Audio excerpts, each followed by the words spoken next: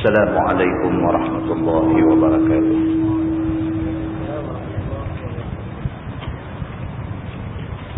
الحمد لله وبه نستعين. أشهد أن لا إله إلا الله وحده لا شريك له، وأشهد أن سيدنا محمدا عبده ورسوله، ونصلي ونسلم على هذا النبي الكريم سيد المرسلين وعلى آله وصحبه أجمعين. أما بعد، أيها المؤمنون اتقوا الله، أوصيكم وإياي بتقوى الله، فقد فاز المتقون. Muslimin dan muslimat, mudah-mudahan dirahmati Allah Subhanahu wa taala.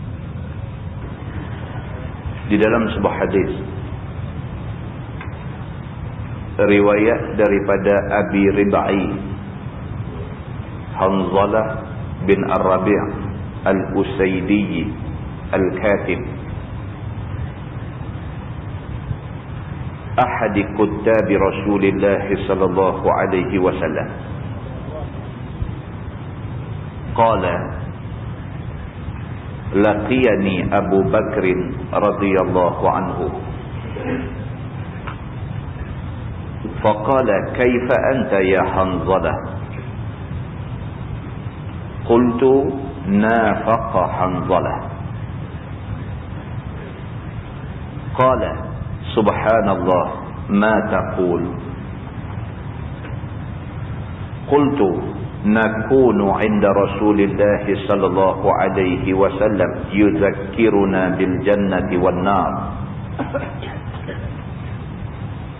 ka'anna ra'yal 'ain,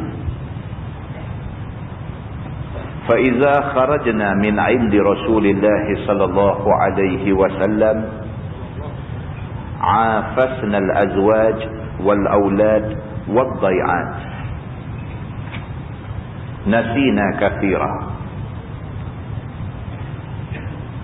Qala Abu Bakr radhiyallahu anhu, fawallahi inna lanalqa mithla hadha. Fantalaqtu ana wa Abu Bakr hatta dakhalna ala Rasulillah sallallahu alaihi wasallam. فقلت نافق حنظلة يا رسول الله. فقال رسول الله صلى الله عليه وسلم وما ذاك؟ قلت يا رسول الله نكون عندك تذكرنا بالنار والجنة كأن رأي العين، فإذا خرجنا من عندك عافسنا الأزواج والأولاد والضيعات نسينا كثيرا. فقال رسول الله صلى الله عليه وسلم والذي نفسي بيده لو تدومون على ما تكونون عليه عندي وفي ذكري لصافحتكم الملائكة على فرشكم وفي طرقكم ولكن يا حنظلة ساعة وساعة 3 مرات أو كما قال. hadis sahih riwayat Imam Muslim. Seorang sahabat Nabi yang bernama Hanzalah bin Ar-Rabi' ataupun dikenali dia dengan nama Abi Rib'i, dia adalah salah seorang daripada jurutulis Nabi sallallahu alaihi wasallam. Hanzalah ni dia kerja jurutulis, katib. Bila wahyu turun, Nabi baca, dia tulis. Dia ni salah seorang daripada katib, daripada penulis Nabi sallallahu alaihi wasallam. Kata Hanzalah, pada satu hari aku jumpa dengan Sayyidina Abu Bakar As-Siddiq radhiyallahu anhu. Hanzalah jumpa dengan Sayyidina Abu Bakar. Abu Bakar bila tengok dia, Abu Bakar kata dekat dia, kaifa anta ya Hanzalah. Bila jumpa Abu Bakar tanya dia, hang apa abang hari ni? Kaifa anta ya Hanzalah, apa abang hang hari ni? Jawab Hanzalah, nafaqa Hanzalah. Dia kata aku hari ni jadi munafik lah, dia kata. Dia pergi jawab macam tu. Faqala Abu Bakar, Sayyidina Abu Bakar kata dekat dia, subhanallah ma taqul. Sayyidina Abu Bakar kata, subhanallah, hang cakap apa ni? Aku tanya hang apa abang, yang bidu jawab balik kata hang dah jadi munafik. Ni apa ni? Apa hal dengan kamu ni?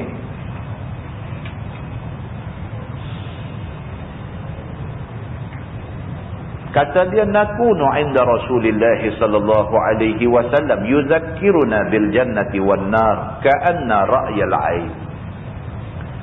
Fa idza kharajna min 'indi Rasulillah sallallahu alaihi wasallam 'afasna al azwaj wal aulad wad dai'at nasina katsira. Dia kata yang aku kata aku hari ni jadi munafik ni bukan pasal apa. Dia kata aku ni, dia kata tu ingat-ingat balik. Dia kata aku dan hang dan kita-kita semua ni, bila kita duduk sama dengan Nabi SAW, Nabi duk cerita dekat kita tentang syurga, Nabi duk cerita dekat kita tentang neraka. Ka'anna ra'yal 'ain. Aku dapat rasakan seolah-olah aku nampak syurga dengan neraka. Dia kata kita ni, dia kata sama aja. Aku sendiri, dia kata bila duduk dalam majlis Nabi SAW, bila Nabi duk terang pasal neraka ni, rasa macam nampak neraka. Tapi apabila kita balik ke rumah kita, bila sampai di rumah, afasnal azwaj wal aulad wad dai'at. Dia kata kita bila balik ke rumah, jumpa bini, jumpa anak-anak, duk ada dalam lengkongan harta kita, kita jadi orang yang main-main. Tidakkah itu munafik? Dia kata. Dia kata tidakkah itu munafik? Pada satu waktu nampak macam takut sangat ke neraka, saat lagi nampak macam tak ingat ke neraka. Orang yang saat macam ni munafik, dia kata. Aku ni bila aku kenang balik, dia kata waktu duduk dengan Nabi ni takut ni, tak tahu nak abang, takut dengar cerita pasal neraka ni, takut. Rasa-rasa macam tak mau buat dah benda yang memungkinkan kita pergi ke neraka.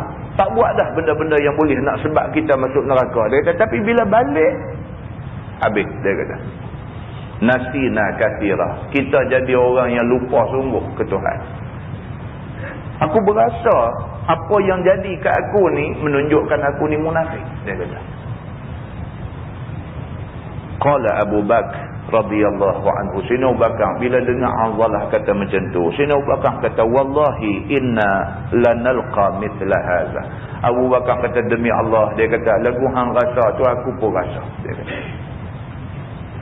Sayyidina Abu Bakar bila dengar Hanzalah kata lagu tu, dia pun merasa tersentuh hati dia. Dia kata bukan hang seorang, aku pun merasa macam tu, dia kata. Balik ke rumah habis. Fantalaqtu ana wa Abu Bakr hatta dakhalna ala Rasulillah sallallahu alaihi wasallam. Maka kata Hanzalah, aku dan Sayyidina Abu Bakar kami pergi ke rumah Nabi sallallahu alaihi wasallam nak tanya Nabi tentang hal kami ni. Munafik ke tak ke kami ni bila jadi macam tu? Faqultu, bila sampai di depan Nabi, Hanzalah kata ke Nabi, nafaqa Hanzalah ya Rasulullah. Dia kata ya Rasulullah, Hanzalah aku ni, aku rasa aku jadi munafik dah hari ni. Faqala Rasulullah sallallahu alaihi wasallam, Nabi pun bersabda, Nabi kata wa mazak. Nabi kata hang kata apa? Pasal apa yang hang cakap macam tu? Kata dia, ya Rasulullah, nakunu indaka tuzakkiruna bin nar wal jannah ka'anna ra'yal 'ain. Fa idza kharajna min 'indik 'afasna al azwaj wal aulad wad dai'at nasina katsiran. Aku kata lagu tu kerana dia kata aku bila duduk dalam majlis kamu, aku rasa aku takut sungguh ke syurga. Aku takut sungguh ke neraka. Aku takut aku tak boleh masuk syurga. Tapi bila aku balik ke rumah, jumpa anak pinak, duduk dalam lengkongan harta aku jadi lupa. Lupa sungguh ke Tuhan. Aku rasa aku munafik. Aku bermuka-muka dengan Tuhan. Faqala Rasulullah sallallahu alaihi wasallam, Nabi kata kat dia, Nabi kata wallazi nafsi biyadihi. Nabi kata demi Allah, Tuhan yang nyawa aku ada dalam tangan Tuhan. Lau tadumuna ala ma takununa alaihi indi wa fi zikri lasafahatkumul malaikatu ala furushikum wa fi turuqikum. Nabi kata kalaulah sekiranya kamu masa duduk dalam majlis aku, kamu ingat sungguh-sungguh ke Tuhan, kamu takut nak buat benda salah dengan Tuhan dan sebagainya, dan kamu balik ke rumah kamu masih lagi macam tu, malaikat akan turun main jabat tangan dengan kamu. Nabi kata, kalau kamu boleh macam tu, kamu boleh masa duduk depan Nabi dengar tu kamu jadi manusia yang takut pada Tuhan, takut sungguh-sungguh, balik ke rumah jumpa anak, jumpa bini, pergi menyaga dan sebagainya, kamu masih jadi manusia yang sungguh-sungguh takut ke Tuhan. Kalau kamu boleh maintain macam tu, malaikat akan turun main jabat tangan dengan kamu.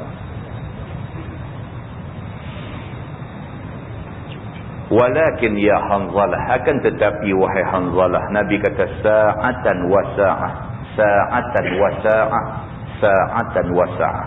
3 kali Nabi ulang. Nabi kata akan tetapi Hanzalah,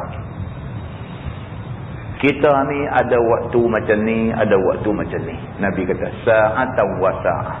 Ada waktu dia kata kita ibadat sungguh-sungguh dengan Tuhan, tapi ada waktu sebagai manusia kita kena kerja. Ada waktu sebagai manusia kita terlalai bila kita sibuk dengan kerja. Itu manusia, Nabi kata. Jadi kalau sekiranya kamu ada perasaan yang macam kamu sebut tadi, kamu tidak munafik, tapi itulah manusia. Cuma kawal diri masing-masing. Hadis itu hadis sahih riwayat Imam Muslim. Muslimin dan muslimah yang dirahmati Allah sekalian. Di dalam sebuah hadis lain,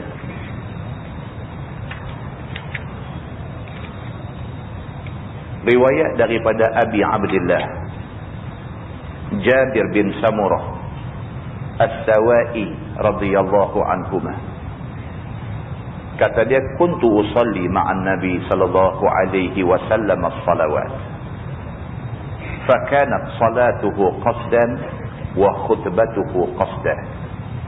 Atau kama qal, hadis sahih riwayat Imam Muslim. Nabi sallallahu alaihi wasallam seperti yang diceritakan oleh Jabir bin Samurah. Jabir kata, aku pernah semayang bersama dengan Nabi sallallahu alaihi wasallam. Nabi adalah satu orang manusia yang salatuhu qasdah. Semayang dia sederhana. Jabir bin Samurah, sahabat Nabi, dia kata aku ada banyak pengalaman semayang berimam kepada Nabi sallallahu alaihi wasallam. Nabi ni bila jadi imam semayang, Nabi bila semayang fakanat salatuhu qasda, adalah sembahyang Nabi itu sederhana. Tak ada nak panjang sangat sampai memudaratkan sebahagian daripada makmum dan sebagainya. Sebaliknya Nabi ni semayang dia qasda, sederhana. Wa khutbatuhu qasda, dan Nabi pun kalau dia berkhutbah waktu sembahyang jemaah dan sebagainya, khutbah Nabi sangat sederhana. Nabi sallallahu alaihi wasallam walaupun dia nabi, tapi Nabi sallallahu alaihi wasallam di dalam melakukan ibadah kepada Allah Subhanahu wa taala, Nabi sangat sederhana. Lebih-lebih lagi ibadah yang melibatkan orang ikut dia. Kalau buat ibadah seorang di rumah, sembahyang sunat dan sebagainya, Nabi biasa sembahyang sampai bengkak-bengkak buku lari. Tapi kalau Nabi SAW memimpin sekumpulan orang dalam melakukan ibadah, Nabi satu orang yang sangat sederhana. Daripada hadis itu dapat kita faham bahawa walaupun kita risau dengan ibadat yang kita buat ni cukup tak cukup, tetapi selagi mana kita sentiasa buat ibadat, kita sentiasa istiqamah di dalam melakukan ibadah, Maka selagi itu kita menepati syariat yang diturunkan oleh Allah Subhanahu wa taala kepada Nabi Muhammad sallallahu alaihi wasallam. Mudah-mudahan kita jadi manusia yang sentiasa ingat Tuhan, sentiasa beribadat pada Tuhan, dan ibadat kita adalah ibadat yang istiqamah kepada Allah. Wallahu a'lam. Kita menggunakan Bahrul Mazi jilid 17.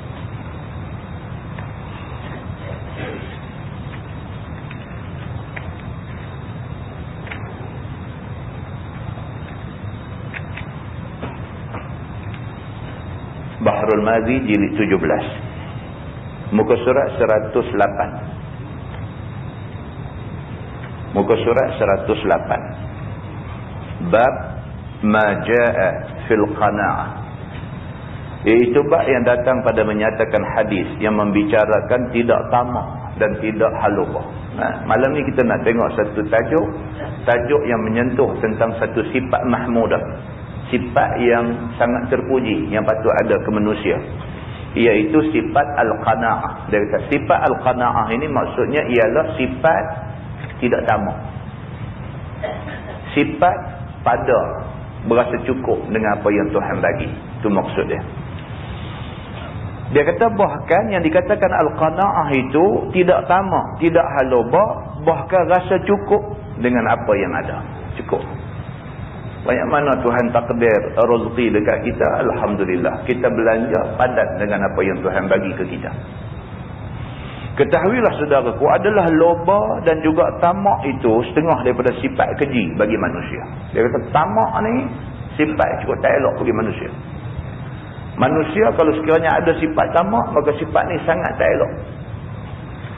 Dalam sebuah hadis lain, Nabi SAW ada bersabda, Nabi kata, yahramu benu Adam wa yabqa ma'ahu ithnani, al-hirsu wal-amal. Hadis sahih riwayat Al-Bukhari dan Muslim. Nabi SAW bersabda, Nabi kata, yahramu benu Adam. Jadi tua anak Adam ni. Maksudnya manusia ni daripada muda sampai ketua. Itu maksud dia. Wa yabqa ma'ahu ithnani. Ada dua benda ni sentiasa ada kat dia. Daripada dia muda sampai dia tua, dua benda ni dua ada kat dia, tak upaya nak buang, Nabi kata. Yang pertama al-hirsu. Dia satu orang yang tamak. Daripada muda tamak sampai tua, tamak tu dah ada lagi. Yang kedua wal amal, dan juga angan-angan. Angan-angan. Daripada muda angan-angan ni macam-macam, sampailah tua angan-angan tu tak pudar, tak padam, duk teringat lagi macam dia masih muda. Ini dua sifat yang disebut oleh Nabi SAW sebagai ada ke manusia. Kata dia, ketahuilah saudaraku, adalah loba dan tamak tu setengah daripada sifat keji. Tak elok ada sifat tamak ni. Dan lawannya tidak loba dan tidak tamak. Sifat boleh terima hak mana Tuhan bagi kat kita, itu sifat baik. Tidak tamak. Maka ialah setengah daripada sifat yang dipuji oleh syarak. Kalau kita ada sifat redha dengan hak Tuhan bagi, ini bagus. Syarak puji kita. Okey, Tuhan bagi apa-apa, alhamdulillah. Pasal apa? Pasal kita kenangkan ada orang lagi susah daripada kita. Tuhan bagi sakit, alhamdulillah. Sakit Tuhan bagi terang ni, ada Tuhan bagi lagi teruk pada ni. Tuhan bagi duit ke orang, alhamdulillah, ada juga duit. Ada orang Tuhan tak bagi duit langsung. Tuhan anugerahkan keamanan, alhamdulillah, kita boleh aman macam ni. Ada negeri tak aman langsung. Macam boleh bayang keadaan rakyat Iraq malam ni. Daripada semalam, Amerika bagi 48 jam. Tuan-tuan boleh bayang tak? Masa duk berjalan, sejam ni rasa macam mana? Rasa cukup cepat. Satu habis 24 jam. Dalam beberapa jam ni aja, Amerika anti lepas bom di sana. Bukan sahaja Saddam Hussein, budak-budak yang baru beranak, tak ada dosa apa, mati, tak tahu nak apa. Dalam berapa jam aja lagi. Boleh bayangkan macam mana perasaan mereka ni. Di antara keinginan nak mati syahid dengan kebimbangan tentang masa depan anak-anak. Pak ni dia sign mati dah. Dia sign mati syahid dah. Mati apa lagu mana pun tak apa. Dia redha. Dia mati di negeri sendiri. Tapi kalau dia mati, anak tak mati, macam mana? Takkan tak ada benda ni terselit masuk dalam hati dia, dalam fikiran dia, dalam perasaan dia. Tidak ada keamanan. Muslimin dan muslimat yang dirahmati Allah sekalian. Maka manusia yang apa ada kat dia, dia redha. Alhamdulillah. Dia satu orang yang dipuji oleh syarak. Dia redha dengan apa yang ada ke dia. Dan yang demikian itu disuruh oleh syarak kita. Serta memecut ia atas yang demikian itu. Syarak sangat menggalakkan kita ni semai dalam diri kita sifat redha dan berpada. Berasa okey dengan apa yang Tuhan bagi. Sebagaimana datang khabar di dalam hadis yang dikeluarkan oleh Imam At-Tirmizi dengan kata dia an Hakim bin Hizam radhiyallahu anhu qala sa'altu Rasulullah sallallahu alaihi wasallam fa'a'tani summa sa'altuhu fa'a'tani summa sa'altuhu fa'a'tani. Diriwayatkan daripada seorang sahabat Nabi sallallahu alaihi wasallam, nama dia Hakim bin Hizam radhiyallahu anhu. Kata Hakim, aku minta kepada Nabi sallallahu alaihi wasallam akan harta yang diberi-berikannya kepada sekalian orang. Hakim bin Hizam ni orang susah, duit tak ada. Maka bila dia tengok Nabi duk bahagi-bahagi duit zakat ni, dia salah seorang yang serbu pergi dekat Nabi minta bahagian dia. Kerana dia susah. Maka diberi oleh Nabi SAW akan sebagaimana ia meminta itu. Dia minta Nabi bagi. Lalu aku tidak puas hati di atas pemberian Nabi itu. Bahkan sentiasalah berhajat lagi kepadanya. Tapi Hakim bin Hizam ni pergi minta Nabi bagi. Bagi itu dia merasa tak cukup. Nak lagi. Pergi minta lagi ke Nabi. Kemudian daripada itu aku minta lagi kepada Nabi. Maka diberi lagi Nabi akan aku. Kemudian aku minta lagi kepada Nabi. Lalu diberinya juga kepada aku lagi. Dia minta Nabi bagi. Dia minta Nabi bagi. Dia minta Nabi bagi. 3 kali. Piduk ulang minta. 3 kali Nabi bagi. Summa qala ya Hakim. Inna hadzal mal khadiratun hulwah. Faman akhadhahu bisakhawati nafsin burika lahu fi wa man akhazahu bi israfi nafsin lam yubarak lahu fi wa kana kallazi ya'kulu wa la yashba. Kemudian sabda Nabi sallallahu alaihi wasallam kerana nak mengajar dia. Nabi bila dia minta Nabi bagi, dia minta Nabi bagi, dia minta kali ketiga Nabi bagi, tapi Nabi bagi nasihat sekali. Dan memberi ingat Nabi akan diri Hakim itu. Supaya tiada lekat kepada Hakim itu tabiat loba dan tamak itu. Nabi bagi. Tapi Nabi tak suka. Bila terlampau sangat duk bagi, dia ni dah jadi satu orang yang bergantung pada orang. Dan dia menjadi satu orang yang tak pernah cukup dengan apa yang ada.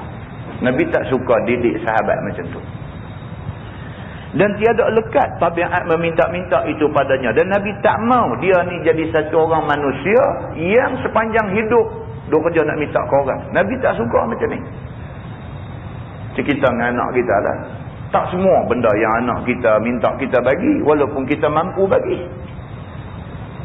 Kita tak bagi bukan makna kita tak sayang dia. Tapi kita tak bagi kerana kita nak didik dia.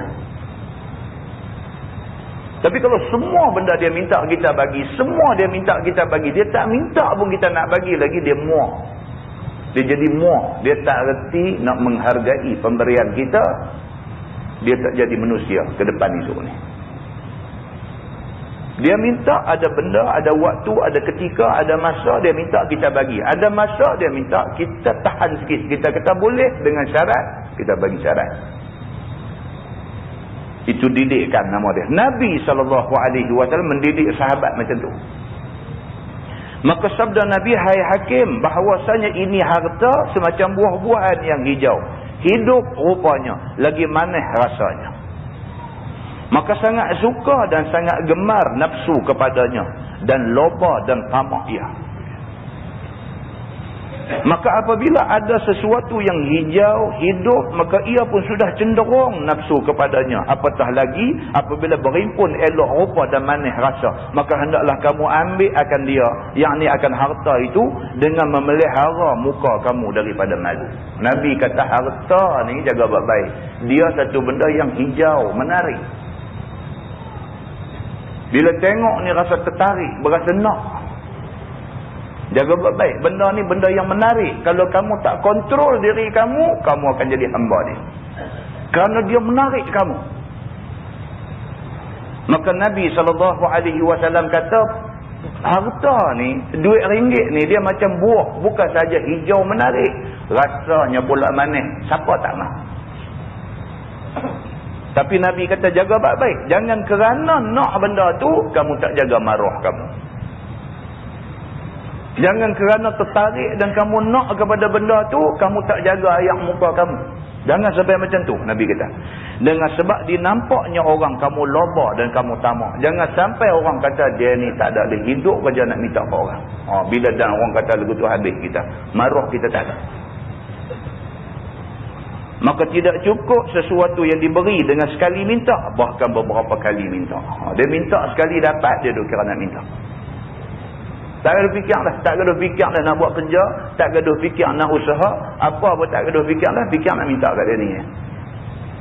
Tak payah susah payah buat kerja lah. Hampir minta kat dia, dia tentu bagi pun. Tak mau. Jadi macam tu agama tak mau. Maka sekali minta itu pun sudah tidak baik. Apatah lagi lebih daripada sekali. Kita minta tu tak baik. Sifat suka meminta-minta tu, minta tu tak baik. Kalau minta sekali pun jatuh ayak muka. Ni pula sampai tiap-tiap kali jumpa nak minta. Tak ada harga diri. Maka sebab pun aku kata kepada kamu yang demikian. Kerana siapa ambil harta itu dengan menarik-narik diri. Nabi kata siapa yang ambil harta tu dalam keadaan dia tak meminta-minta, orang bagi ke dia. Maka malu kan dapat harta dengan senang lenang. Dia malu, senang-senang duk dapat harta. Tak gaduh buat kerja, tak gaduh keluar peluh, duk tunggu orang bagi saja. Dia malu, dia jadi macam tu. Dan diunjuk orang. Sebaliknya orang bagi ke dia. Nescaya harta yang dia ambil itu diberkatkan Tuhan pada dia. Kalau dia bukan jenis hidup meminta-minta, tapi orang nak bagi ke dia. Tuan-tuan ulama dulu-dulu, imam-imam mazhab. Tuan-tuan baca cerita imam-imam mazhab ni daripada imam yang tertua, Imam Hanafi, Imam Abu Hanifah, sampai Imam Malik, sampai Imam Syafi'i, sampai Imam Ahmad bin Hanbal. Keempat-empat imam ni depa kerja. Imam Hanbali misalnya, dia kedai jual kain. Imam Hanbali ialah saudagar kain. Selain daripada dia saudagar kain, dia duk mengajar. Orang duk bagi ke dia. Padahal hasil dia dapat daripada jual kain tu cukup dah. Tapi orang senang hati nak bagi kat dia. Orang suka kat dia. Tak tahu nak buat macam mana nak tunjuk suka kat dia. Nak tunjuk sayang kat dia. Orang duk bagi kat dia. Imam Ahmad bin Hanbal orang kaya. Dia satu orang yang kaya. Baca sejarah hidup dia. Tapi dia sekali-kali tak meminta-minta pada siapa-siapa. Orang panggil ceramah dia, tak abang bayar 300. Kan? Ada jangan buat pasal. Nak panggil dia abang. Kita nak pergi rumah. Buat muka kering dia cakap. Abang nak pergi rumah. Pasal 150 tak dia mudah. Weh, kita dengar tu tak payah pergi. Tak payah pergi lah. Apalah kita pakai ceramah sama-sama kita sudahlah. Tak syok lah. Awal-awal lagi dah bunyi macam tu, tak syok lah. Kan? Imam-imam dulu tak ada buat kerja macam ni. Tak ada. Orang tu, orang tengok mereka, orang nampak keikhlasan daripada muka mereka, orang nampak. Orang nak bagi. Bukan takat bagi duit, anak pun nak main bagi. Dulu. Allah, minta oleh petang bagi. Kan? Tak sama. Jadi dia kata kalau sekiranya benda tu kita dapat, tidak kita minta, orang nak bagi. Dia kata nescaya harta yang diambil itu diberkatkan Tuhan bagi dia. Macam tu. Dan siapa ambil harta dengan kemukakan diri, pi duk minta dan sebagainya, dan dizahirkan seperti segala orang-orang yang meminta sedekah itu, nescaya tiada diberkatkan baginya harta itu. Harta yang dapat dengan cara minta ni, tak ada keberkatan pada harta itu.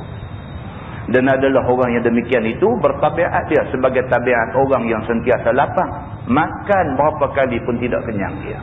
Orang yang macam ni umpama orang yang makan tak pernah kenyang. Banyak mana bagi pun makan tak pernah kenyang. Tak elok tabiat macam ni. Sabda Nabi SAW lagi, wal yadul ulya khairun minal yadis sufla. Dan bermula tangan hak di atas, maksudnya tangan yang memberi itu lebih baik daripada tangan di bawah. Yang ni lebih baik daripada tangan hak minta. Yang ni tangan orang yang bagi lebih baik daripada tangan orang yang minta. Masalah meminta itu terkeji pada syarak. Sebagaimana dikhabarkan oleh Nabi SAW dalam hadis yang disebutkan dalam masalah itu. Dan perangai yang lebih baik itu ialah perangai memberi. Dia kata kita ni kalau boleh jadi orang yang memberi, jangan jadi orang yang meminta.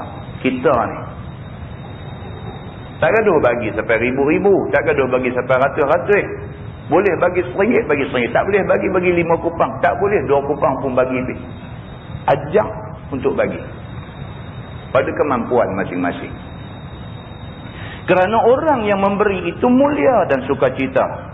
Dan yang terkeji ialah orang yang meminta. Dia kata kita bagi sikit, banyak, itu soal yang kedua. Soalnya bagi itu kerja mulia. Kita bagi 2 kupang, lebih baik daripada tak bagi langsung. Begitu. Kerana meminta itu melazimkan diri rendah dan hina. Bila minta, makna kita jatuh diri kita sendiri daripada pandangan mata orang. Dan mengajak diri berperangai tebai muka, tidak malu, bahkan kurang adab, dia kata. Dan harta yang didapat itu pula tidak berkat. Kerana barang yang dapat dengan tiada penat lelah dan tidak mengeluarkan titik peluh itu kurang indah kepadanya daripada harta yang dapat dengan jalan titik peluh. Dan sebagainya, itu dia. Kita dapat benda dengan tanpa susah payah, tak ada peluh-peluh ni. Kalau nak banding dengan orang yang dapat hasil titik peluh, bukan bandingan dia. Kerja susah payah, tulang 4 kerat baru nak dapat rezeki 200-300 ringgit. Nak banding dengan kawan duk saja-saja, duk boleh duit, tak boleh sama. Dia kata. Maka maulah harta yang dapat saja-saja itu, perginya dan habisnya pun dengan mudah. Dia kata. Selalu jadi macam tu. Orang putih kata easy come, easy go. Dia kata. Duit main senang, dia habis senang. Masuk 10,000 sebulan, tak tahu pergi ke mana. Tak ada duit. Heran, duk masuk 10,000 sebulan, tapi yang dia tahu tak ada duit. Bila yang dia tahu kata tak ada duit ni? Bila pergi tengok bank account dia, tengok-tengok, tak ada duit.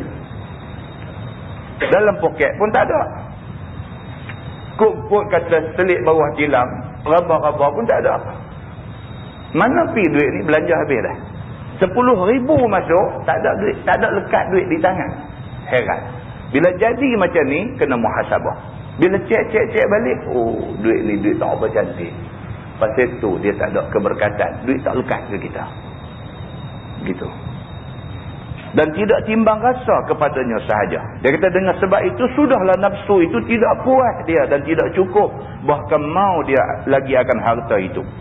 Apabila pergi pula meminta sekali kemudian daripada sekali, jadilah seperti lapak anjing. Dia kata tiap-tiap kali ditambah diberi, bertambah lapak dia, tidak ia kenyang-kenyang. Jadi macam anjing. Dia kata hala-hala tak lagi mai balik duk julung lidah juga, hala-hala tak lagi mai balik duk julung lidah, dan tiada cukup pada dengan yang diberi itu. Maka hendaklah tiap-tiap orang yang berakal jangan ajak diri minta apa suatu pada orang, kerana apabila sudah terasa sedap pada kali yang pertama, maka maulah dia buat 2 kali, dan apabila sudah buat beberapa kali, maulah ia lekat sedapnya itu di hati, dan tidak peduli dan tidak malu lagi akan dia, semacam mana hampas dan semacam mana kulit. Dia kata dia biasa ambil duit rasuah, habis. Biasa ambil duit rasuah, habis. Ambil sekali, dia nak kena ambil 2 kali. Gaji 600, duk gabui rasuah 400, jadi 1,000. Bila 1000, dia lagang hidup dia cara 1000. Cara orang pendapatan 1000. Dia tak mungkin boleh berhenti daripada ambil rasuah. Sebab dia dah set dah hidup dia dengan kehidupan 1000. Maka dia akan sentiasa kena duk ambil rasuah. Maka dia selama-lamanya akan jadi orang yang sangat hina. Bukan sahaja di sisi Allah, bahkan di sisi manusia dia dihina. Muslimin dan muslimat yang dirahmati Allah sekalian. Kadang-kadang orang bangsa asing dia bagi rasuah dekat orang-orang kita ni, orang Islam, orang Melayu Islam kita ni, dia makan rasuah. Dia nak bagi rasuah, tuan-tuan. Dia bubuh duit dalam kotak rokok, dia baling ke muka. Satu orang bangsa asing cerita kat saya. Dia cerita dia buat lagu tu. Dia kata ini orang serupa anjing. Dia kata, kita dengar pedih, tapi fikir-fikir sekali padan dia buat macam tu. Dia duit tu dia selit celah kotak rokok, dia lempar ke muka. Dia bagi, bukan dia tak bagi. Cara dia bagi tu, dia lempar ke muka. Kawan kena lempar ke muka ni renyih, tak ada maruah. Dia kata ini serupa anjing juga. Lu tak bagi sama dia, dia kata dia main gigit lu. Lu bagi sama dia, kata. Tapi cara dia bagi tu, dia punggai ke muka, tak sedang lagi ke? Tuan-tuan cakaplah soal Allah Subhanahu Wa Taala marah kita. Tuan-tuan cakap yang tu. Cakap manusia ni. Manusia boleh buat ke kita macam tu. Menepi maruah harga diri kita. Muslimin dan muslimat yang dirahmati Allah sekalian. Masalah, dia kata terima pengajaran dan ingatan itu. Sayogia tidak ditolak sekali-kali. Dan diamalkan sebagaimana pengajaran itu. Dia kata kita ni dengan pengajaran, dengan nasihat, dengan jangan tolak. Contoh orang mengajak surau masjid dekat rumah kita, jangan tolak. Pergi dengar. Ni tahu ni malam ni ada mengaji Kelang Kabut tadi petang tadi balik pejabat Kelang Kabut riau kat anak mina on the way balik dah telefon dah kat bini di rumah ni siap. Aku sampai lagi mandi kita keluar. Yang awak malam ni mereka ada mengaji jadi keluar lambat jadi pemain parking depan rumah nak keluar tak boleh. La ilaha illallah. Apa ni sampai jadi macam tu? Ni hak kita nak main dengar ni hadis Nabi. Hak kita nak dengar ni ayat Quran. Hak kita nak dengar ni nasihat dan pengajaran. Bukan lama pun habis lama sejam setengah. Habis lama. Cantik-cantik sejam suku cukup. Sejam suku, sejam setengah tak boleh dengar sudah pergi nak lari. Dia kata kat kita ni, dia kata terima pengajaran dan ingatan itu sayogia tidak ditolak sekali-kali. Tak boleh tolak. Benda ni tak boleh tolak. Apatah lagi ingatan datang daripada Quran dan hadis Nabi. Tak boleh tolak. Siapa kita nak tolak ingatan daripada Allah Subhanahu Wa Taala? Siapa kita nak tolak ingatan daripada Nabi sallallahu alaihi wasallam? Sebaliknya dia kata hendaklah dia amalkan sebagaimana pengajaran itu. Terai pula bukan setakat main dengar, praktikkan. Kalau takdir kata kita ni duk biasa juga ambil rasuah ni. Duk biasa ambil rasuah ni. Biar dengar-dengar macam tu, aku tak maulah. Kena hijrah lah. Dia tak boleh duduk tempat tu. Pasal tempat tu orang duk bagi kenal dia dah. Bila dia bagi tak mau ambil, dia kata payah. Kita dah biasa ambil. Dia tak mau ambil, dia payah. Hijrah pergi jauh sikit pada sini, sana start lain. Start lain, start bersih. Tak mau. Benda-benda macam ni semua tak mau. Dia kata dah ikutlah seperti yang tersebut pada sepotong hadis yang akan datang ini. Sambung hadis tu dia kata faqala hakim faqultu ya Rasulullah wallazi ba'athaka bil haqq la arza'u ahadan ba'daka syai'an hatta ufariqad dunya. Maksudnya apabila didengar oleh hakim akan pengajaran Nabi SAW seperti yang di atas tadi, maka berkata hakim kepada Nabi, ya Rasulullah, demi Tuhan yang membangkitkan engkau menjadi Nabi, menjadi pesuruh Allah, maka tidaklah hamba kata sedikit dan tidak hamba minta tambah apa beri orang akan seseorang sesuatu kemudian daripada Tuhan hamba sehinggalah hamba meninggal dunia. Itu dia. Hakim tadi ni pergi jumpa Nabi minta minta bantuan. Nabi tolong dia, Nabi bagi duit ke dia. Pi minta lagi, Nabi bagi lagi duit kat dia. Pi minta lagi, 3 kali minta, Nabi bagi. Tapi Nabi kata kat dia, Hakim, aku nak ingatkan hang, duit ni benda menarik. Jangan sampai hang duk hambat duit ni sampai jatuh marah. Bila Nabi kata lagu tu, Hakim bin Hizam ni, kata-kata Nabi tu cucuk masuk dalam hati dia. Jerak masuk dalam hati dia. Dia terus kata ke Nabi SAW. Dia kata, wallazi ba'atsaka bil haq, demi Allah Tuhan yang membangkitkan kamu jadi Nabi yang sebenar. La arza'u ahadan ba'daka syai'an hatta ufariqad dunya. Dia kata, aku lepas pada ni, aku sekali-kali tak akan ambil pemberian siapa-siapa pun sampai aku mati. Dia kata kat Nabi. Bukan beban, bukan merajuk, bukan apa. Sebaliknya dia berasa malu dengan apa hak dia buat dah. Dia janji depan Nabi, demi Allah Tuhan yang membangkitkan kamu menjadi Nabi, aku janji depan Allah, depan kamu aku janji. Lepas pada ni, aku tak ambil dah. Siapa-siapa bagi apa kat aku tak ambil dah. Sampai mati, aku tak akan ambil. Dia kata. Hakim bin Hizam ni, bila Nabi tegur dia, dandan dia kata macam tu. Sebab pun Hakim berkata demikian, kerana telah berbekas pengajaran Nabi itu di dalam jantung hatinya. Tuan-tuan, benda ni kadang-kadang tuan-tuan dia jadi bonus. Bonus ni kita tak tahu. Nak dapat sebulan ke, nak dapat 3 bulan gaji ke, nak dapat 5 bulan gaji, kita tak tahu. Tahu dia umur-umur dia kata dapat setahun gaji. Terkejut, mati tak rasa duit yang kita dapat. Bonus ni benda tak sangka. Kan? Kita jadi kaki tangan kerajaan ni, kita sangka lah habis-habis kuat sebulan gaji. Tidak-tidak pun 1,000 kan, boleh jangka. Tapi orang hak kerja dengan company-company internasional ni, kau tak sangka tuan-tuan. Tengoklah dia jumlah balik untung company dia macam mana, jumlah untung kok mana, bonus sedih dia lepas, dia kata 8 bulan dia bagi. Oh, kata Alhamdulillah. Kan? Buah tak sangka. Tak sangka, bukan nak sangka nak dapat 8 bulan. Kita duk baca dia bagi sebulan, aku tak apa dah, jadilah lepas dia budak-budak nak masuk sekolah. Kita duk ingat lagu tu, dia habang 8 bulan. Oh, kata. Tak makan asyik lagi pun belah. Bonus. Hak ni pun bonus tuan-tuan ni. Daripada 100 orang mai dengar satu kuliah pengajian, tuan-tuan, kadang-kadang seorang aja Tuhan bagi bonus. Seorang aja. Daripada 100 yang mai dengar kuliah pengajian ni, seorang aja yang benda hak dia dengar tu betul-betul usik hati dia. Seorang aja. Hak seorang tu dapat bonus.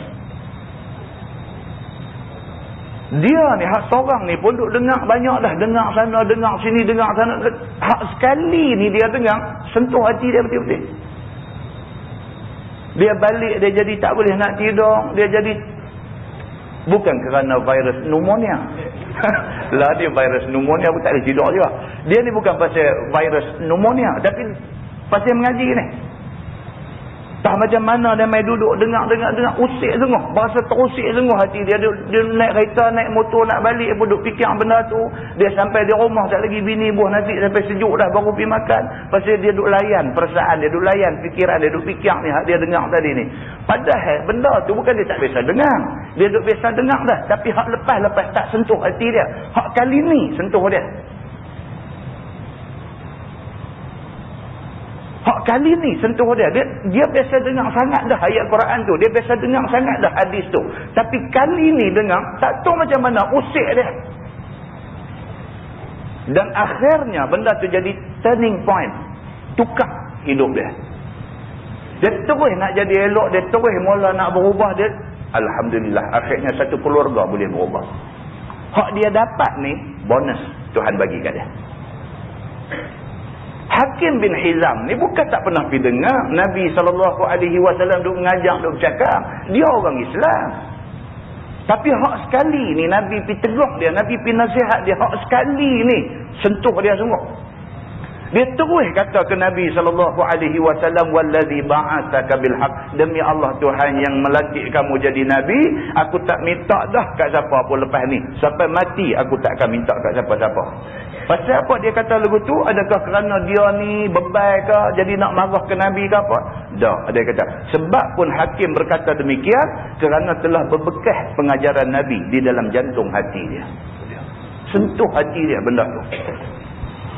Dan kuat percaya dia kepada Nabi SAW dan sangat terima pada akal apa yang diajar oleh Nabi SAW itu memang elok dan memang bagus.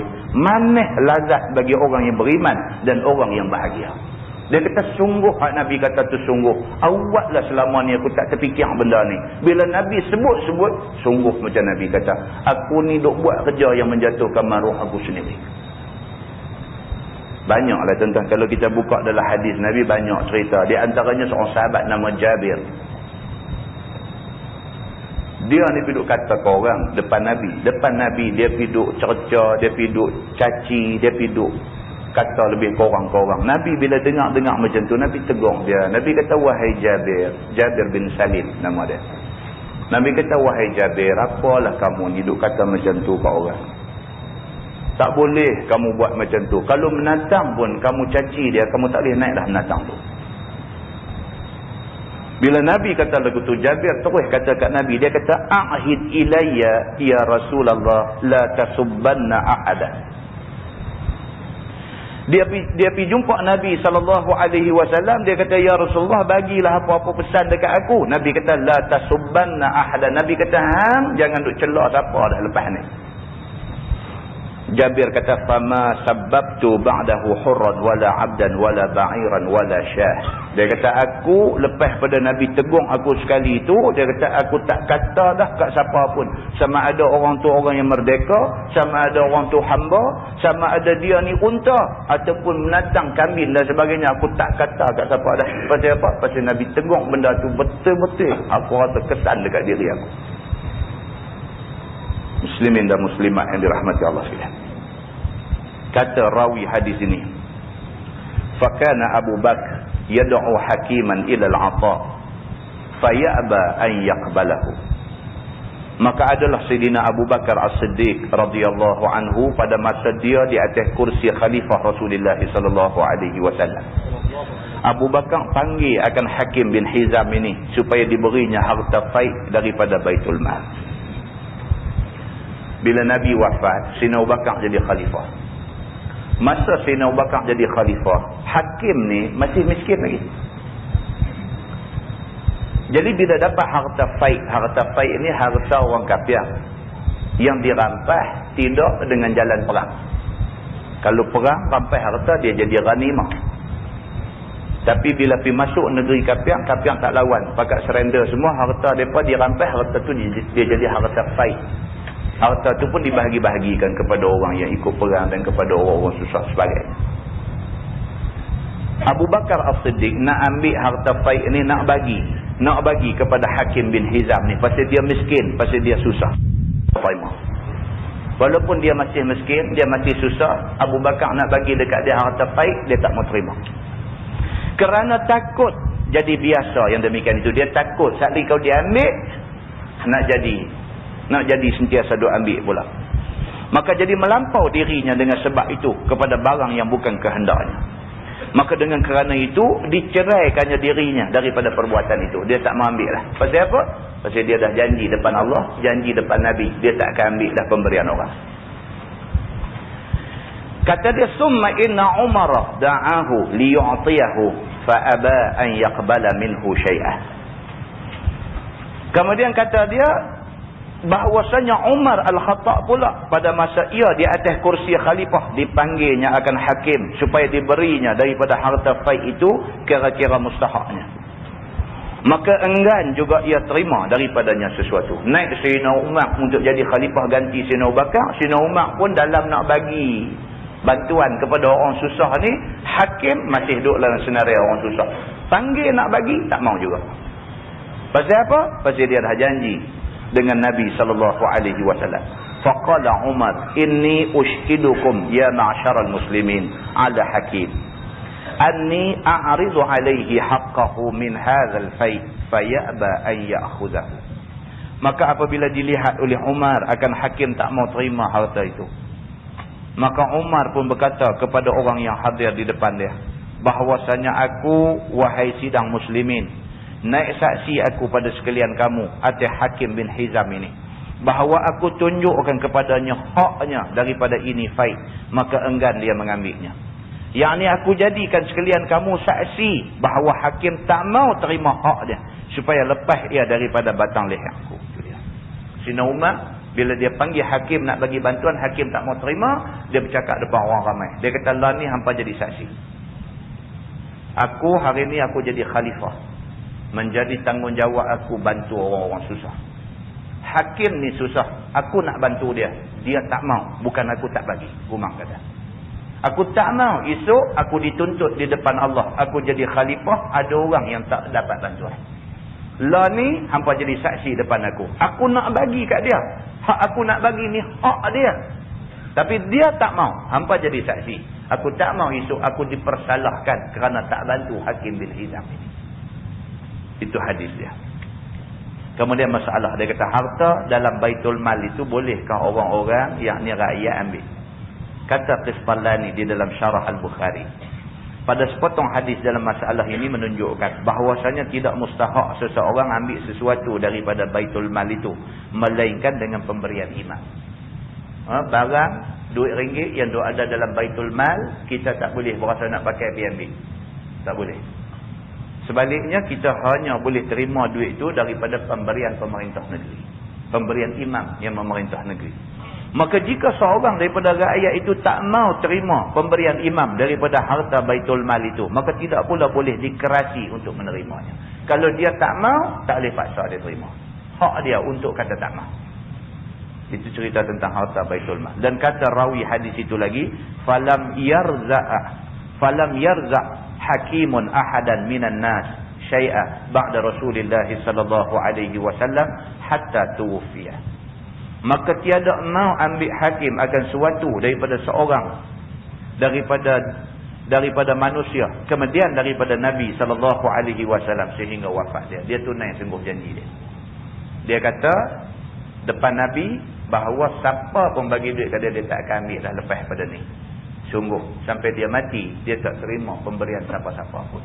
Dia tunai janji dia. Dan kata At-Tirmizi ini hadis sahih. Masalah dia kata minta sedekah itu tidakkah harus ia? Minta sedekah ni boleh ke tak boleh? Minta sedekah boleh ke tak boleh? Kata Qisqalani di dalam Irsyadus Sari, telah berkata Imam Nawawi rahimahullahu taala, telah ittifaq ulama atas tegah minta sedekah bagi yang tidak kerana darurah. Itu dia. Kalau tak darurat, ulama ittifaq sepakat pendapat kata tak boleh minta sedekah. Tak darurat. Maksudnya apa? Kalau tak minta ni boleh jadi mati. Itu makna darurat. Kalau tak sampai peringkat tu, tak boleh minta sedekah. Dilarang oleh agama. Dan telah bersalah-salahan ashab kita Syafi'i pada masalah orang yang kuasa ia berusaha dan mencari rezeki dengan apa kerja yang harus atas dua wajah. Maka yang lebih asah daripada kedua kaul itu, iaitu haram dia minta sedekah. Imam Syafi'i kata haram minta sedekah. Kalau sekiranya tak minta pun boleh hidup lagi, tapi nak pergi minta juga haram. Imam Syafi'i kata. Duit dia ada ni cukup. Bukan cukup. Jadi cukup, takut tak cukup. Kan? Bila duit cukup ni takut tak cukup. Dia oleh kerana takut tak cukup, nak pergi minta nak bercukup. Habislah pergi dia buat lagu tu, Imam Syafi'i kata haram. Kecuali keadaan sudah darurah. Betul-betul tak ada apa dah. Kalau dia tak minta sedekah, tak minta belas kesian orang, harus matilah dia satu keluarga. Tak ada benda nak makan. Sampai peringkat tu, harus minta sedekah. Kita tengok, senang kan nak minta. Begitu. Kerana zahir hadis seperti yang di atas itu. Dia kata, dan qaul yang kedua, halal serta makruh dengan 3 syarat. Pendapat Imam Syafi'i yang kedua, dia kata boleh minta. Tapi makruh, benda tak elok. Tak sedekah ni benda tak elok. Itu pun, makruh tu pun mesti cukup 3 syarat. Pertama, tidak menghina diri akan dia. Dia tak menghinakan diri dia. Dengan kerana pergi minta tu dia tak jadi hina. Okey, boleh minta. Minta pun makruh. Dan yang kedua, tidak melampau-lampau pada meminta. Minta pula jangan melampau. Pergi minta, saya minta bantuan ni apa semua itu gini. Lepas tu pun berkeluar pergi RM5. Dia kata takkan RM5 kot. Melampau. Melampau pula. Dah orang bagi RM5 lagu pergi duk kata lagu tu. Kita takkan RM5 kot. RM5 mana boleh lepas ni. Makan tengah hari tak lepas lah. Habis duk tangkap udang galah memang tak lepas lah. Kan melampau lah. Dah orang bagi RM5. Terima kasih tu dah lah. Oh, RM5 dia kata. Lah barang mahal ni minyak naik harga pula. Pergi duk abang lagu tu pula. Tak boleh. Dan yang ketiga, dan tiada menyakiti orang yang kena minta. Syarat yang ketiga. Syarat yang ketiga nak minta sedekah, jangan bagi sakit hati orang yang kita minta. Lagu cakap tadi sakit hati dia. Dia kata apa, rumah besar kereta ada 3 biji bagi RM5. Hai. Kawan ni kata awak dia ni. Kan? Menyakit hati. Kalau 3 syarat ni ada. Yang pertama tadi, dia tak hina diri dia. Dia minta pun tak melampau-lampau. Dan dia tak bagi sakit hati orang yang dia pergi minta dan sebagainya. Maka minta sedekah, hukum dia makruh. Makruh. Bukan kata tunai ke wajib pada makruh. Tak bagus juga. Ceritanya apa? Minta ni tak bagus. Cerita dia lagu tu. Maka jika luput salah satu daripada segala syarat itu, maka haram ia dengan ittifaq ulama. Dia kata, kalau 3 syarat tu mana-mana satu tak ada, habis. Haram hukum minta sedekah. Dan sesungguhnya dimisalkan oleh Al-Qadhi Abu Bakar bin Al-Arabi dengan wajib minta sedekah itu pada orang yang jadi murid sufi pada awal jadinya. Ada satu pendapat pula Al-Qadhi Abu Bakar bin Al-Arabi. Dia kata bagi orang-orang yang mendalami ilmu tasawuf, dia ambil jalan sufi. Orang-orang yang macam ni, dia pergi minta sedekah ni, dia kata wajib boleh lah. Itu pendapat dia lah. Dia kata wajib minta sedekah bagi orang yang menjalani jalan sufi. Maka perkataan Ibnul Arabi itu dilawan oleh Al-Iraqi. Ini yang kata Iraq ni, dia nak lawan saja. Ada Al-Iraqi nama ulama. Bukan makna orang Iraq lah ni. Nama ulama. Al-Iraqi lawan apa yang Al-Arabi kata. Itu sebab Iraq dengan Arab lawan. Itu yang tu hurai tak kena lah. Tak betul. Kan? Katanya tidak boleh dinamakan wajib atas minta sedekah murid sufi pada awal kerjanya itu. Hanya telah berlaku adat guru-guru sufi itu melatih perangai anak-anak murid dia daripada awal mula masuk sufi itu dengan memperbuat minta sedekah supaya pecah dan supaya hina dan rasa diri mereka itu sangat rendah. Apabila adalah yang demikian itu memperbaiki akan diri yang kena latih itu. Dan adapun wajib pada syarak itu, maka iaitu tidak sekali-kali. Dia kata. Ada pula pendapat dia kata bukan kata wajib minta sedekah, cuma boleh saja atas tujuan nak melatih. Contoh pernah tengok dulu Al-Arqam dulu. Dia asuh budak-budak kan di stesen-stesen bas, jual surat abang, jual majalah, jual apa. Tujuan dia apa? Sebab inilah yang kata jalan sufi ni. Jalan sufi. Tujuan dia ialah supaya budak-budak ni pecah rasa sombong dalam diri. Alagu jemaah tabligh duk buat lah ni lah. Jemaah tabligh mai dia pergi rumah-rumah orang, panggil orang semayang, ajak mai jemaah di masjid, di surau kan. Tu semua nak pecah sombong dalam diri. Bagus. Dia nak pecah sombong dalam diri. Senang ke tuan-tuan? Kita pergi rumah orang, Assalamualaikum. Untuk keluar main apa? Nak ajak aku pergi masjid ke? Awak ingat aku tak nak pergi masjid ke apa? Kena marah lagu tu. Kena marah lagu tu. Hang kenal aku siapa? Dia tu tanya lagu tu. Hang kenal aku siapa? Ada lagi ni pula. Dia kata boleh. Hang reti baca kitab Arab. Dia pergi duk challenge kalau dia ajak baca kitab Arab pula. Nanti pun tak apa. Assalamualaikum. Tuang pergi rumah oleh pula. Jadi dia duk kena tu memecahkan sombong dalam diri. Tuan-tuan, kita kalau ada sombong tuan-tuan, jangan siapa medok serangai kita serangai balik. Itu orang ada sombong. Kan ada orang main serangai dia, memang dia serangai balik. Bukan tekan serangai, duk jegil-jegil dia pergi tanya. Itu sombong, orang sombong. Kan satu orang duk tengok-tengok dia ekor mata, dia pergi tanya. Apa? Tengok-tengok apa? Apa ada hutang kan? Orang jenis macam ni, dia ada sombong. Dalam hati tu ada sombong. Sampai tak boleh orang tengok dia sikit. Tak ada sombong. Sombong ni kalau pergi duduk dalam jalan sufi ni, jalan tasawuf ni, hak ni nak kena pecah. Sifat-sifat mazmumah yang ada dalam diri ni kena pecah bang. Kena latih diri kita ni, kalau orang maki pun boleh dengar. Mana ada manusia kena maki boleh duduk senyum seronok balik tulis dalam diary hari ni alhamdulillah 5 orang maki, tak ada. Manusia ni kalau kena maki, kalau kena cerca ke apa, ke dandan darah tembak naik ke rambut lah. Tapi dia boleh kontrol ke tak boleh kontrol? Itu aja beza dia. Ada orang kena, bila kena macam tu darah naik, bukan tak naik, tapi dia boleh kontrol. Dia tak sebut di mulut pun, dalam hati dia astagfirullah. Yalah, biasalah. Dia boleh kontrol macam tu, maknanya okey. Dia ada tasawuf dalam diri dia. Inilah yang Imam Malik kata dalam satu kata-kata Imam Malik yang sangat popular kan. Dia kata man tafaqqaha bi ghairi tasawufin tafassaqa. Dia kata. Wa man tasawwafa bi ghairi tafaqquhin tazandaqa. Wa man jama'a bainahuma faqad tahaqqaqa. Dia kata. Ini kata-kata dia yang cukup popular. Imam Malik kata barang siapa yang belajar fiqh, man tafaqqaha bi ghairi tasawufin, sedangkan dia tak ada ilmu tasawuf, tidak ada tasawuf dalam diri dia, tafassaqa, dia jadi orang fasik saja. Ilmu banyak, bab hukum hakam, sah batal, apa wajib makruh, apa semua cukup pandai. Tanya anytime tengah tidur gerak bangkit jawab boleh. Dengan petik ayat Quran, hadis Nabi semua boleh buat pulang. Makna dia satu orang yang berilmu, tapi tidak ada tasawuf dalam diri, sombong ada. Maka orang yang macam ni tafassaqa. Imam Malik kata dia ni fasik lah. Orang jahat lah. Ilmu ada tapi tak praktikkan ilmu. Wa man tasawwafa bi ghairi tafaqquhin tazandaqa. Imam Malik kata tapi ada orang dia duk kira tasawuf dia. Duk ajak diri dia ni bagi tahan orang maki pun tak apa, orang kata apa pun tak apa, alhamdulillah ni ujian Allah dan sebagainya. Bi ghairi tafaqquhin, mengaji tak mau.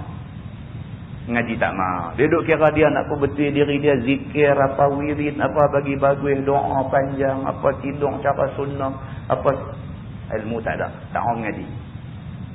Tazandaqa. Imam Malik kata hak macam ni boleh jadi macam kafir zindik. Dia kata zindik, tazandaqa ni dia perkataan zindik, golongan zanadiqah, golongan sesat, boleh jadi sesat macam zindik.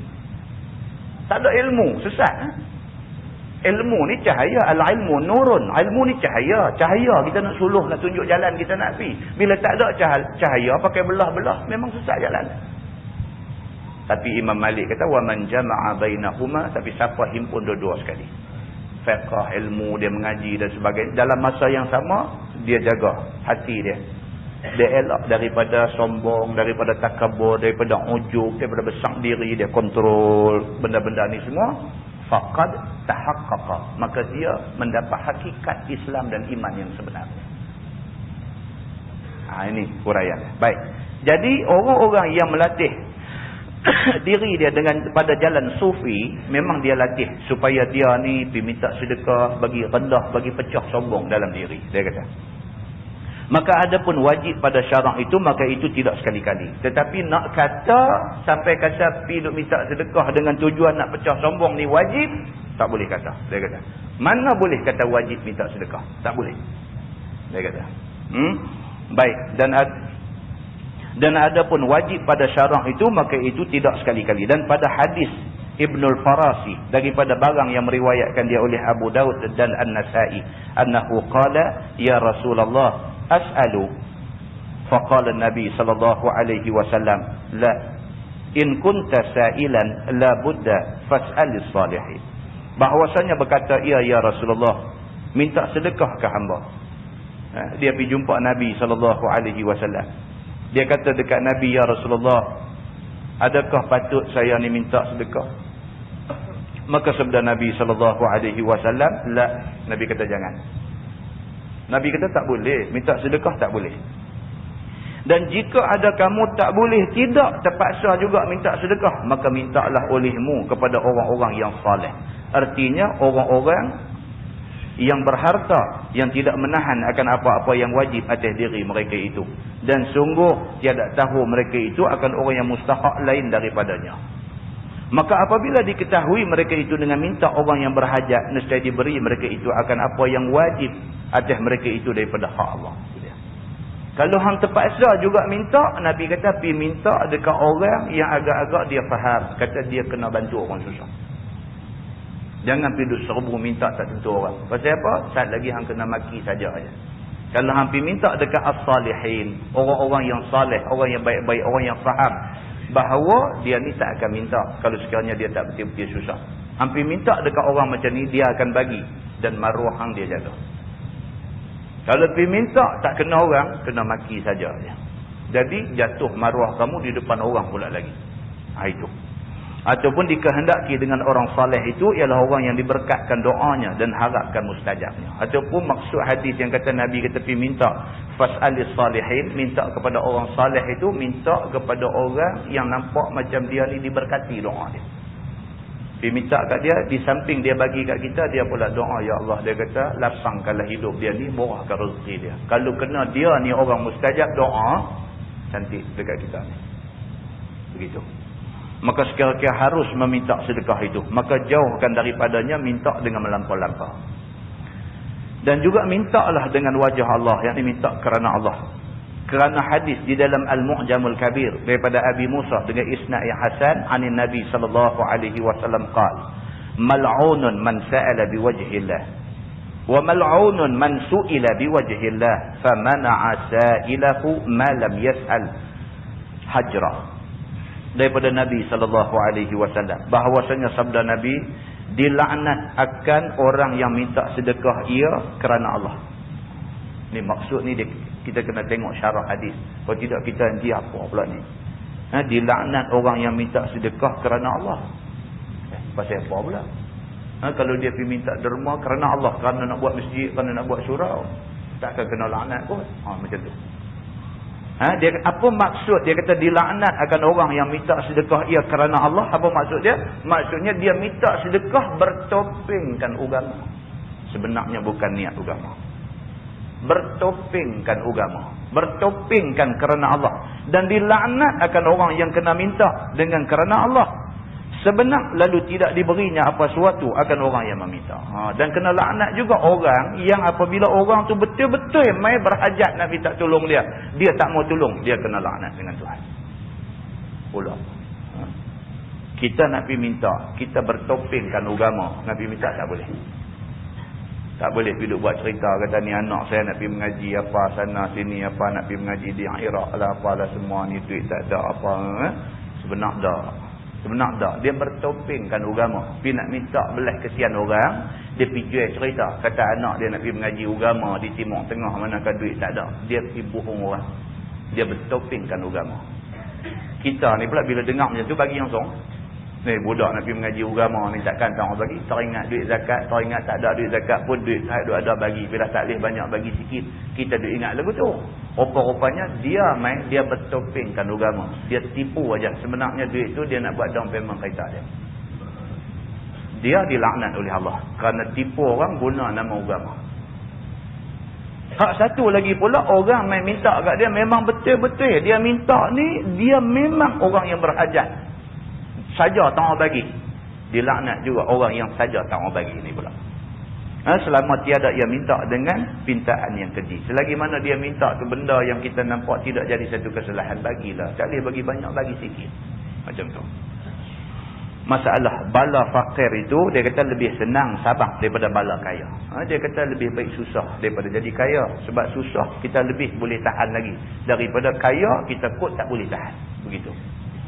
Maka ini satu perkara yang tiada payah diuji. Bahkan patut ambil percaya dan ambil timbang dengan fikir yang baik-baik sahaja. Ambil percaya itu ialah percaya seperti yang di dalam hadis, bahawasanya senang sabarkan bala fakir daripada bala kaya. Dan timbang dengan fikir itu, maksudnya cuba fikir betul-betul tentang bala fakir itu, bagaimana rupanya, dan bala kaya itu bagaimana rupanya. Cuba kita tengok contoh. Maka hadis yang menunjukkan atas yang demikian itu adalah hadis yang dikeluarkan oleh Imam At-Tirmizi. Kata dia, an Abdurrahman bin Auf radhiyallahu anhu qala, ubtulina ma'a Rasulillah sallallahu alaihi wasallam bid-dharra fasabarna. Maksudnya diriwayatkan hadis ni daripada seorang sahabat Nabi sallallahu alaihi wasallam yang kaya harta. Tengok sahabat Nabi kaya. Nama dia Abdurrahman bin Auf radhiyallahu anhu. Kaya dia ni. Kata Abdul Rahman bin Auf, telah bala kami, yakni telah kena uji kami serta Nabi SAW dengan kesusahan dan kesempitan hidup, lalu sabar kami daripadanya. Abdul Rahman bin Auf kata, Allah pernah test kami dengan susah hidup, kami sabar. Dia kata, summa betulina bisarra ba'dah falam nasbir. Kata dia kemudian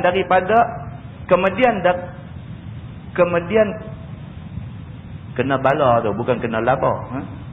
Kemudian kena bala kami dengan kesenangan dan kelapangan. Kemudian daripada wafat Nabi, maka tiada sabar kami atas bala kesenangan itu. Lepas Nabi wafat, kami diuji dengan kesenangan. Aku dapat tengok, dia kata, ramai orang yang dulu masa kena uji susah boleh tahan. Tapi lah ni, Nabi dah tak ada, kena uji dengan senang, pakat jadi tungin terbalik habis semua. Abdul Rahman bin Auf kata macam tu. Kata Tirmizi, ini hadis hasan. Macam kita tu dah. Macam kita dah. Kita ni pasal tak pernah kaya lagi. Tak kaya lagi. Tak boleh cakap. Pasal tak kaya lagi. Kalau kaya tak tahu kita nak jadi macam mana. Takat hari ni nak kata miskin tak miskin. Nak kata kaya-kaya pun tak. Jadi okey lah. Legula ni okey. Okey lah. Kalau esok dia uji kita dengan kaya, kita terus kata ke orang. Kalau kita Allah uji dengan kaya, dia mai satu darjah untuk lagu mana ke, tengok nak jadi ke mana.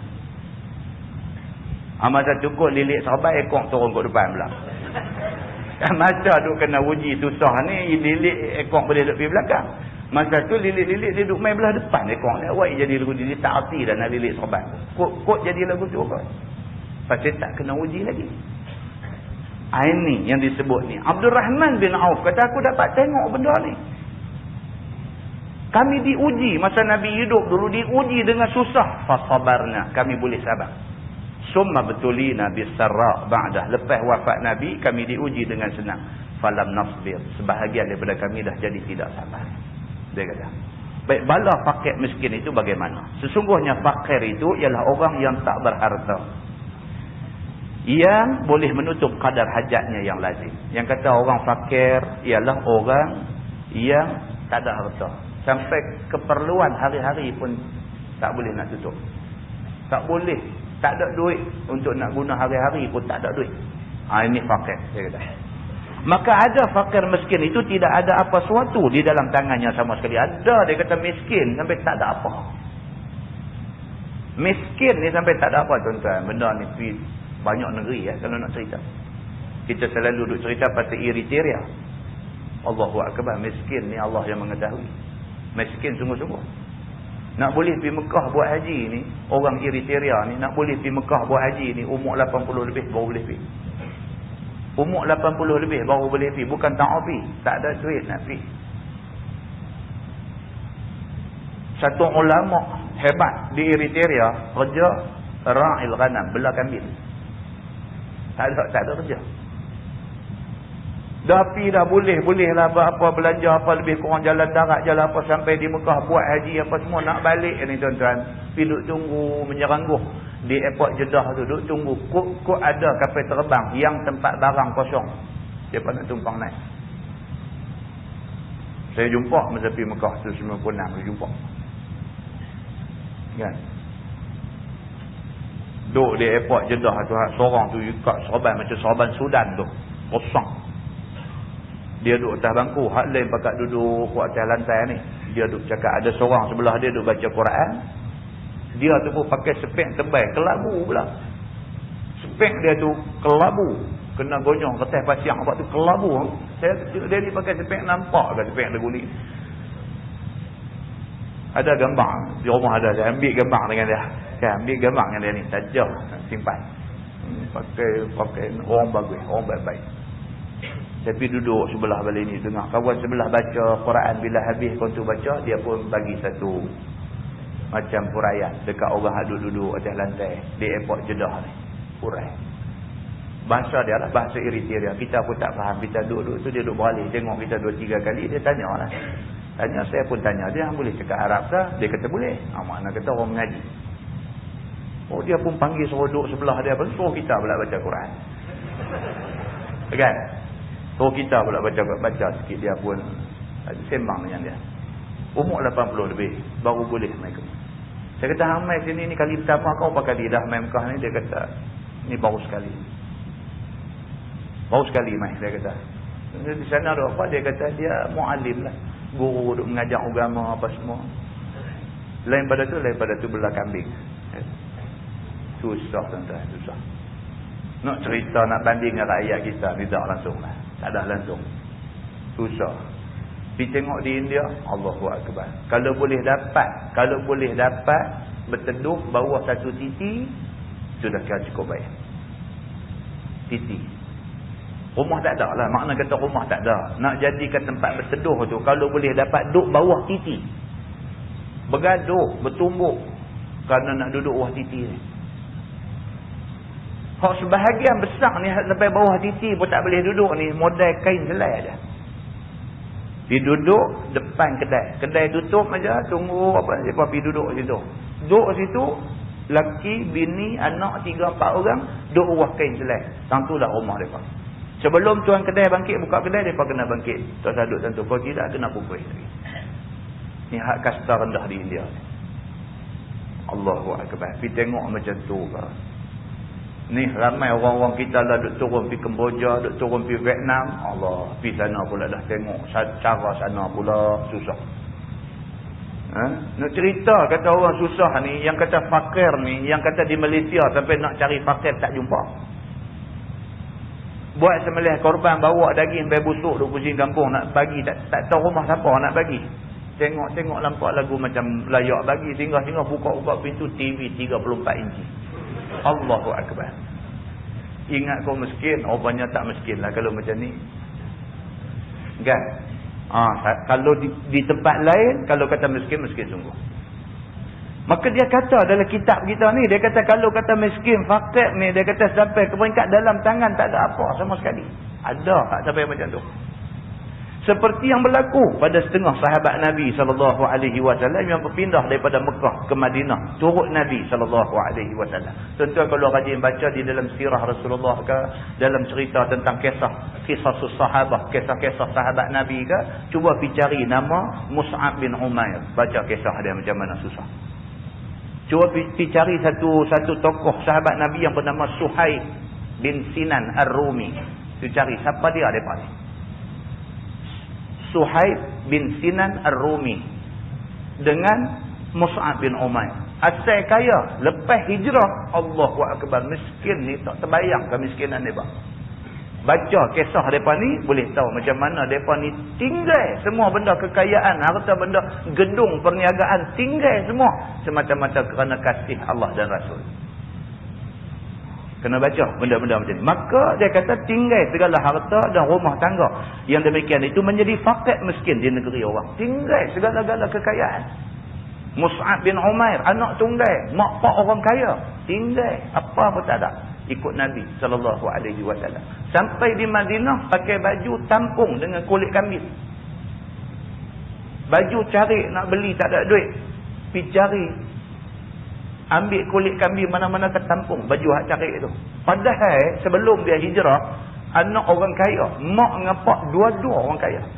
Dia tinggal semua benda tu semata-mata kerana cinta Allah dan Rasul.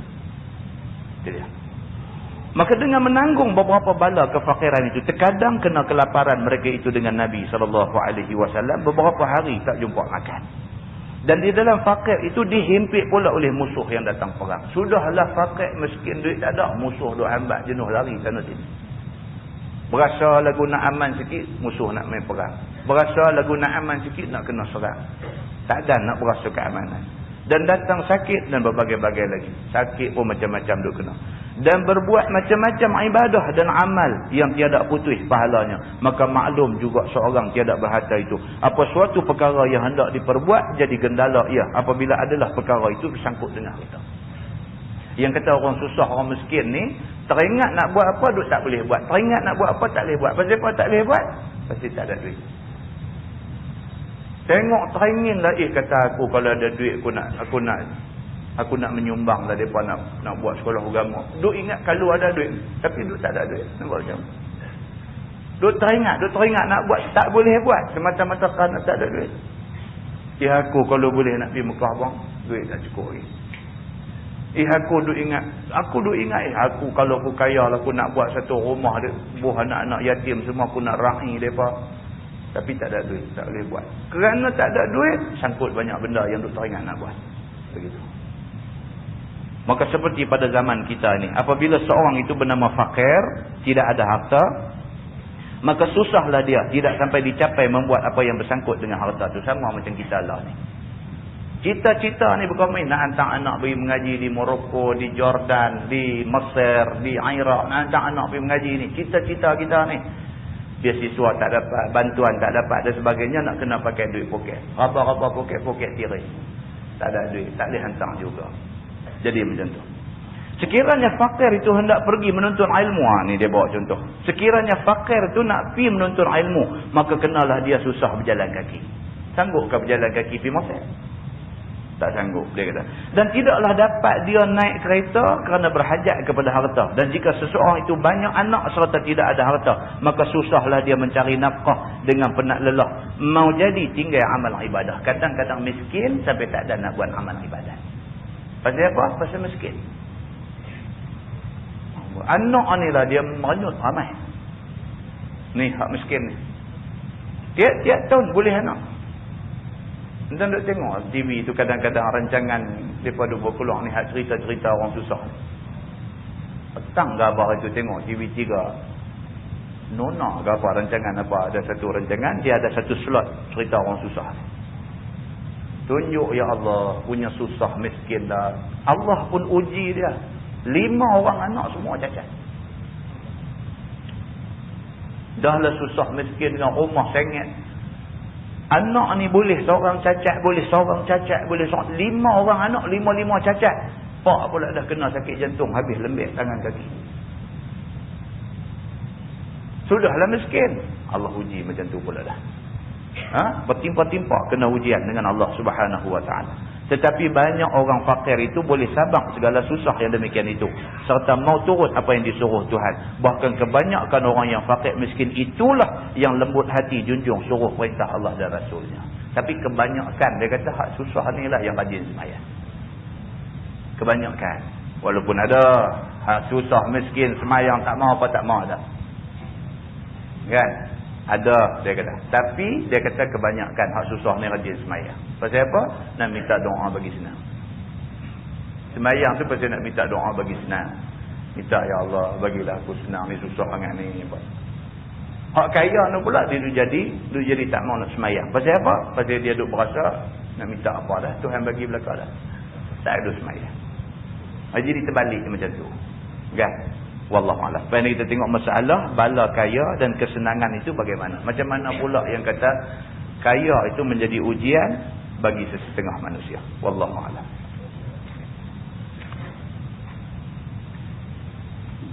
Dan tasbih kafarah dan suratul Asr. Asyhadu an la ilaha illa anta wal 'asr innal insana illa alladhina amanu. اللهم صل على محمد في الأولين والآخرين وسلم رضي الله تبارك وتعالى عن سادتنا أصحاب سيدنا رسول الله أجمعين. بسم الله الرحمن الرحيم. الحمد لله رب العالمين حمدا يوافي نعمه ويكافئ مزيدا. يا ربنا لك الحمد كما ينبغي لجلال وجهك الكريم وعظيم سلطانك. رضينا بالله ربا وبالإسلام دينا وبمحمد نبيا ورسولا. اللهم افتح علينا فتوح العارفين وارزقنا فهم النبيين بجاه خاتم المرسلين. اللهم فقهنا في الدين وعلمنا التأويل واهدنا صراطك المستقيم. اللهم أرنا الحق حقا وارزقنا اتباعه وأرنا الباطل باطلا وارزقنا اجتنابه. اللهم اجعل جمعنا جمعا مرحوما وتفرقنا من بعده تفرقا معصوما. وصلى الله على محمد وعلى آله وصحبه وسلم والحمد لله رب العالمين. السلام عليكم.